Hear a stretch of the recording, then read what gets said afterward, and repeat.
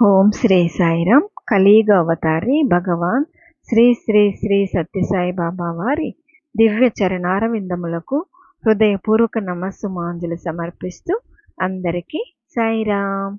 శ్రీ సత్యసాయి ఆనందదాయి సాయితో పయనం పుస్తక పఠనం తర్వాయి భాగం అండి. కళ్యాణ వరదయ్య గారు ఒకసారి భార్యతో కలిసి పుట్టపర్తికి వెళ్ళి స్వామిని దర్శించుకొని ఆశీర్వాదం పొంది వచ్చారు. అప్పటి నుండి వారు వరుసగా పుట్టపర్తికి ప్రయాణాలు కొనసాగించారు. పాత మందిరంలో దసరా మహోత్సవాలు జరుగుతున్నప్పుడు ఒకసారి వారు పుట్టపర్తి వచ్చారు. ఆ ఉత్సవాలకు వచ్చిన భక్తులందరికీ స్వామి భోజనాలు ఏర్పాటు చేశారు. ఆ రోజుల్లో భోజన సమయంలో అందరికీ తీపి వంటకం స్వామియే వడ్డిస్తూ ఉండేవారు. ఆ రోజు చేసిన తీపి పొంగలి స్వామి వడ్డిస్తూ వస్తున్నారు. పెదనాన్న గారి ఆకులో కూడా వడ్డించారు. వీరు వెంటనే దానిని ఆకులో నుండి క్రిందికి తోసివేసి, నాకు చక్కెర వ్యాధి, నేను తీపి తినను అన్నారు. తీసుకో, దానిని వేసుకో ఆకులో, నీకు చక్కెర వ్యాధి ఉండడం చేతనే కదా నేను తీపి వడ్డించాను అని స్వామి గద్దించారు. స్వామి మీద కోపపడేందుకు వీలు లేదు కదా. మర్యాదగా మౌనంగా దానిని ఆకులో వేసుకొని తిన్నారు. అన్నం కూడా తిన్నారు. అయినా వారికి ఏమీ కాలేదు. స్వామి దయ వల్ల వ్యాధి పూర్తిగా నయమైపోయింది. తిరిగి తమ ఊరికి వెళ్ళిపోయాక వైద్యుని చేత పరీక్ష చేయించుకున్నారు.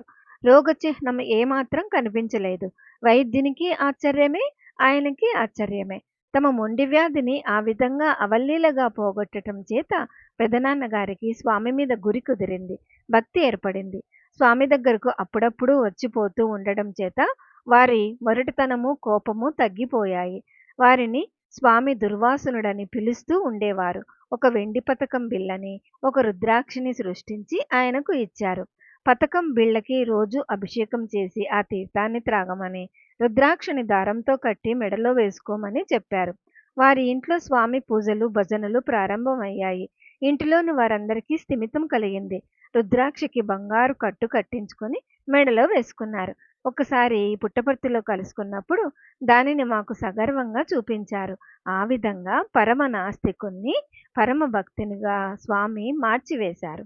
మా చెల్లెలు పాత మందిరంలో ఉండిన రోజుల్లో ఒక్కసారి వర్తకుల గుంపొకటి వచ్చింది.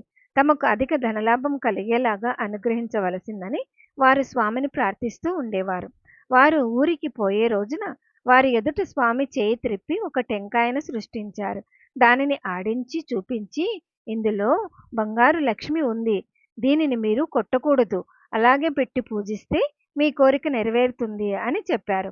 ఆ టెంకాయను ఆడించినప్పుడు చక్కగా శబ్దం వినిపించింది. వారు సంతోషించి స్వామికి నమస్కారం చేసుకొని వెళ్ళిపోయారు. వాళ్ళు మళ్ళీ తిరిగి పుట్టపర్తి వచ్చారు. ఊరికి పోలేదా? మళ్ళీ ఎందుకు వచ్చారు అని వారిని స్వామి అడిగారు.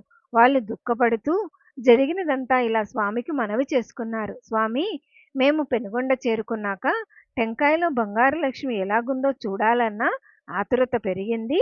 మనసును అరికట్టుకోలేక తమరు ఇచ్చిన ఆ టెంకాయను కొట్టేశాము. లోపల నుండి లక్ష్మీదేవి విగ్రహం బయటపడి పైకి ఎగిరి ఆకాశంలో మాయమైపోయింది. మా వల్ల పొరపాటైపోయింది, క్షమించండి. ఇక మీద అలా చేయము.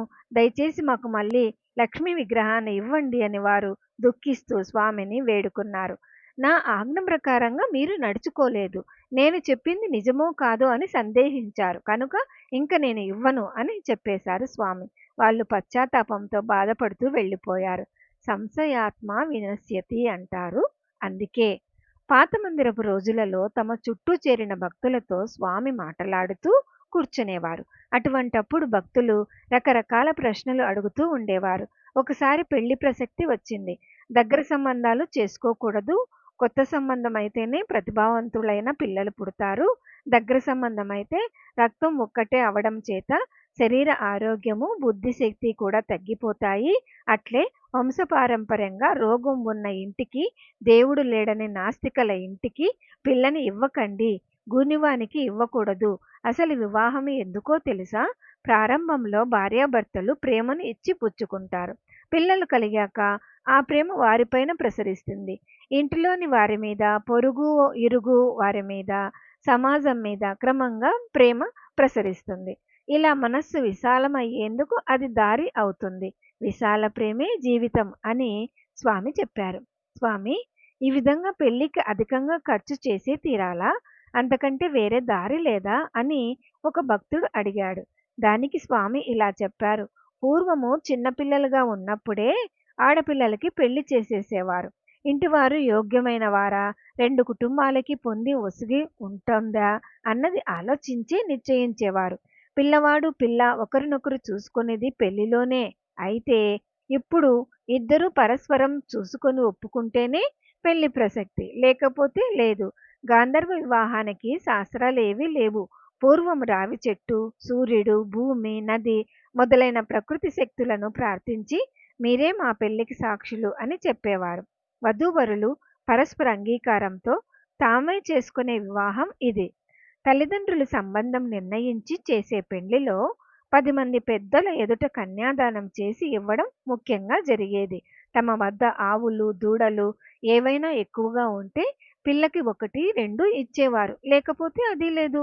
ఇప్పుడు మీరు ఈ శాస్త్రం, ఆ శాస్త్రం, అది ఇవ్వాలి, ఇది ఇవ్వాలి అని కోట కట్టి పెట్టేసుకున్నారు. దానికి నేనేం చేస్తాను? ఒక రోజున స్వామి భక్తులతో మాట్లాడుతున్నారు.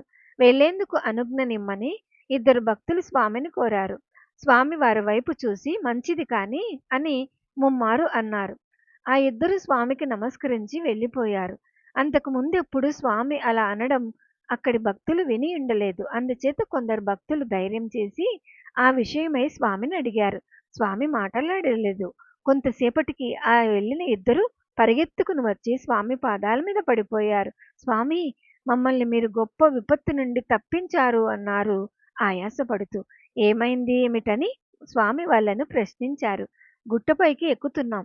చివరికి చేరేటంతలో అటువైపు నుండి వస్తున్న ఒక పెద్ద నాగుపాము హఠాత్తుగా ఎదురైంది.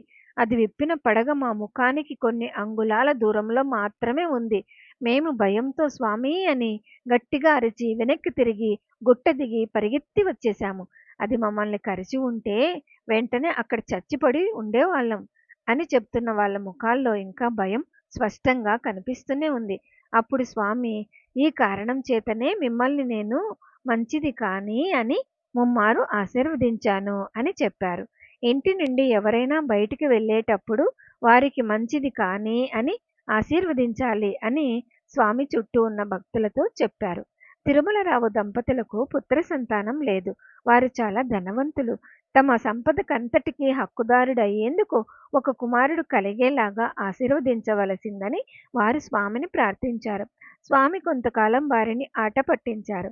చిత్రావతి నదీ తీరానికి పిలుచుకొని పోయినప్పుడు ఒకసారి స్వామి ఒక పండు సృష్టించి తిరుమలరావు గారి భార్యకు ఇచ్చారు. ఆవిడ ఆ పండులో సగం ముక్క తన వదినకు ఇచ్చింది. ఆమెకు కూడా సంతానం లేదు. స్వామి ఇచ్చిన ఆ ఫలప్రసాదం తినగానే వాళ్ళిద్దరూ గర్భవతులయ్యారు. ఆ అనుగ్రహ ఫలాన్ని వారు పంచుకొని తిన్న సంగతి తిరుమలరావు గారి తల్లికి తెలిసింది.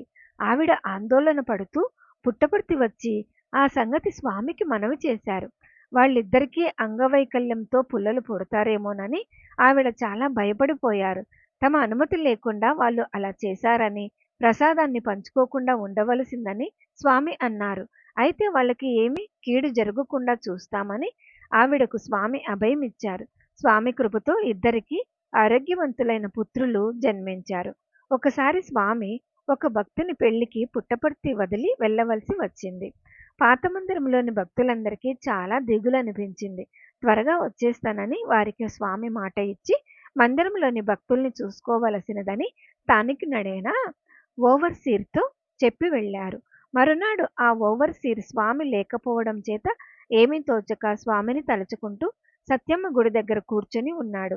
చిత్రావతి నది వైపు చూసేసరికి దూరంగా కాషాయ రంగు కదులుతూ కనిపించింది. పరిశీలించి చూశాడు. అవును, స్వామే. సందేహం లేదు. మిట్ట మధ్యాహ్నము మండుటెండలో ఇసుక దిబ్బల మీద ఒట్టి కాళ్లతో గబగబా నడిచి వచ్చేస్తున్నారు. వెంటనే ఓవర్సీర్ ఒక్క పరుగున మందిరం చేరుకున్నాడు. స్వామి వస్తున్నారని, పాదపూజకి హారతికి అన్ని సిద్ధం చేయండని భక్తులందరికీ చెప్పాడు. స్వామి ధరించే పాదరక్షలు తీసుకొని స్వామికి ఎదురుగా పరిగెత్తాడు. స్వామి ఆ పాదరక్షలు ధరించి మందిరానికి వచ్చారు. చూడండి, నా పాదాలు ఎలా బొబ్బలెక్కిపోయాయో అంటూ మాకందరికీ చూపించారు. అది చూసేసరికి మాకు కళ్ళంట నీళ్లు వచ్చాయి. అయ్యో, మండుటెండలో ఒట్టి కాళ్ళతో ఇలా ఎందుకు నడిచి విచ్చేశారు స్వామి అంటూ ఎంతో బాధపడ్డాం. నేను త్వరగా రావాలని మీరంత తీవ్రంగా ప్రార్థిస్తున్నారు కదా! అందుచేత పెండ్లి ఆతిథ్యానికి కూడా ఉండకుండా, ఎవరికీ చెప్పకుండా నడిచి వచ్చేశాను అని చెప్పారు. భక్తులపై ఆయనకు గల అపరిమితమైన ఆ దయకు మా హృదయాలు కరిగి కన్నీరై ప్రవహించాయి. మందిరంలోని దేవతామూర్తులకు హారతిమ్మన్నారు స్వామి. ఓంకారపు రాతి పలక పైన నిలబడి ఉన్న ఆ భక్తవత్సలునికి మేమంతా మంగళహారతులిచ్చాము. దివ్య ప్రేమ రసభరితమైన ఆ సన్నివేశాన్ని ఎవరు వర్ణించగలరు?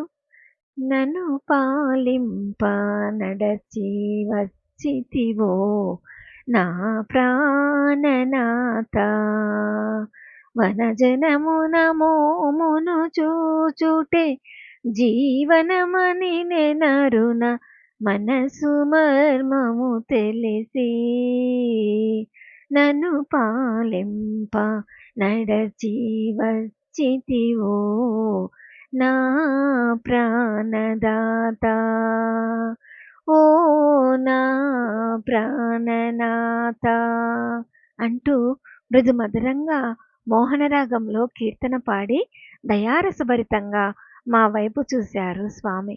ఎవరు మట్టుకు వారికే తన మనోభావాన్ని స్వామి ఆ విధంగా ఆవిష్కరించినట్లుగా అనుభూతి కలిగింది. ఆ రోజులలో స్వామి స్వయంగా భక్తులకు ఉత్తరాలు రాసేవారు. ఆ ఉత్తరాలు దయ, ప్రేమ రసాలను పెళ్లిబికిస్తూ ఉండేవి. శరీరాన్ని ధర్మ సాధనకు ఒక సాధనంగా ఉపయోగించుకుంటూ సార్థక జీవనం గడిపేలాగా అవి భక్తులను ప్రోత్సహించేవి. అటువంటి ఉత్తరాలు దసరా, పుట్టినరోజు పండుగలకు ఆహ్వాన పత్రాలు అందుకున్న భక్తులు వాటిని అమూల్యమైన నిధిలాగా జాగ్రత్తగా దాచుకునేవారు. మా దగ్గర కూడా అటువంటివి కొన్ని ఉండటం నిజంగా మా అదృష్టం. మాకు ఒక పండుగకు ఆహ్వాన పత్రం రాలేదు. పుట్టపర్తి వెళ్ళాక మా ఆయన మాకీసారి ఆహ్వాన పత్రం రాలేదని స్వామికి మనవి చేశారు. అప్పుడు స్వామి, ఏమి కుటుంబ సభ్యులకు ఆహ్వాన పత్రాలు పంపాలా? ఇది మీ కుటుంబ కార్యం కనుక మీరంతా వచ్చి ఇక్కడ పని చేయాలి అంటూ మందలించారు. ఓం శ్రీ సాయిరాం. తరువాయి భాగం వచ్చే వారం ఇందామండి. జై బోలో భగవాన్ శ్రీ సత్య సాయి బాబాజీకి జై. సమస్తలోకాః సుఖినో భవంతు. ఓం శాంతి శాంతి శాంతి. అందరికీ సాయిరాం.